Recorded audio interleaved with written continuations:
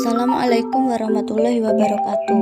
Halo teman-teman, apa kabarnya? Pada kesempatan kali ini, kelompok kami akan menayangkan video pembelajaran terkait sistem pengendalian internal dan penerapannya.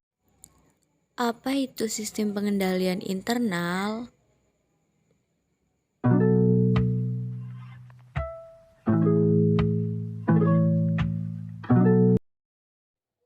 Sistem pengendalian internal adalah metode, prosedur, atau sistem yang dirancang oleh perusahaan untuk meningkatkan efisiensi, mengamankan harta, menjaga ketelitian data perakunan, menegakkan disiplin, dan meningkatkan ketaatan karyawan terhadap kebijakan perusahaan.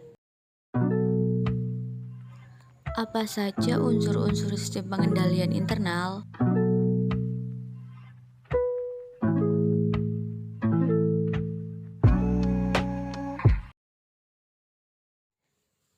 Unsur sistem pengendalian internal ada 4.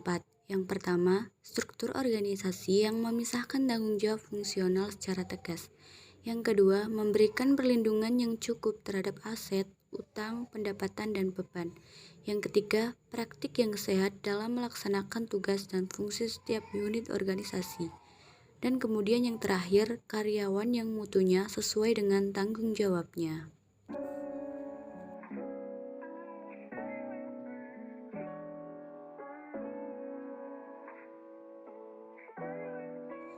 Untuk menciptakan pengendalian internal dalam perusahaan, perlu dibentuk struktur organisasi yang memisahkan tanggung jawab fungsional secara tegas.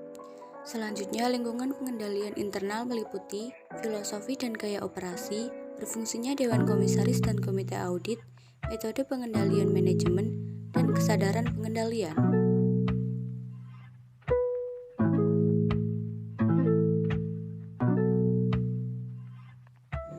Teman-teman pasti ingin tahu, apa sih sebenarnya tujuan dari menerapkan pengendalian internal itu? Jadi, tujuan dari pengendalian adalah mengamankan dan memastikan bahwa aset perusahaan yang digunakan untuk kepentingan perusahaan semata dan bukan untuk kepentingan individu. Perusahaan juga terlindungi dari tindakan penyelewengan, pencurian, dan penyalahgunaan yang tidak sesuai dengan kepentingan perusahaan.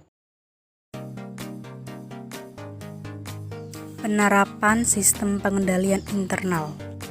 Di dalam sistem pengendalian internal terdapat Electronic Data Processing atau EDP, yaitu pengolahan data secara elektronik. Dalam EDP, kita mempelajari bagaimana mengolah data dalam jurnal yang cukup banyak dengan menggunakan komputer. EDP perlu dilakukan secara kontrol atau proses pengendalian, sehingga data yang masuk ke dalam aplikasi nantinya merupakan data yang sebenarnya, bukan data yang dimanipulasi.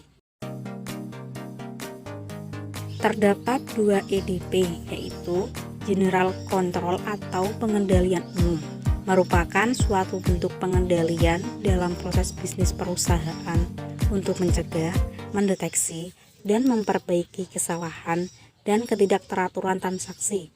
Tujuannya untuk membuat kerangka pengendalian menyeluruh atas aktivitas PDE dan untuk memberikan tingkat keyakinan bahwa tujuan pengendalian internal secara keseluruhan dapat tercapai.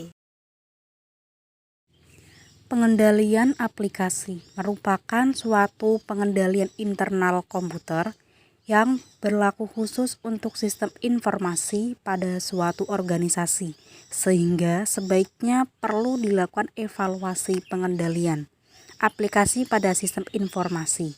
Tujuannya untuk menghindari atau meminimalisir dari kesalahan sistem informasi yang dapat merugikan organisasi. Pengendalian aplikasi biasanya terdiri dari 1. Pengendalian otoritasi, 2. Pengendalian input, 3. Pengendalian pemrosesan, dan yang terakhir pengendalian output.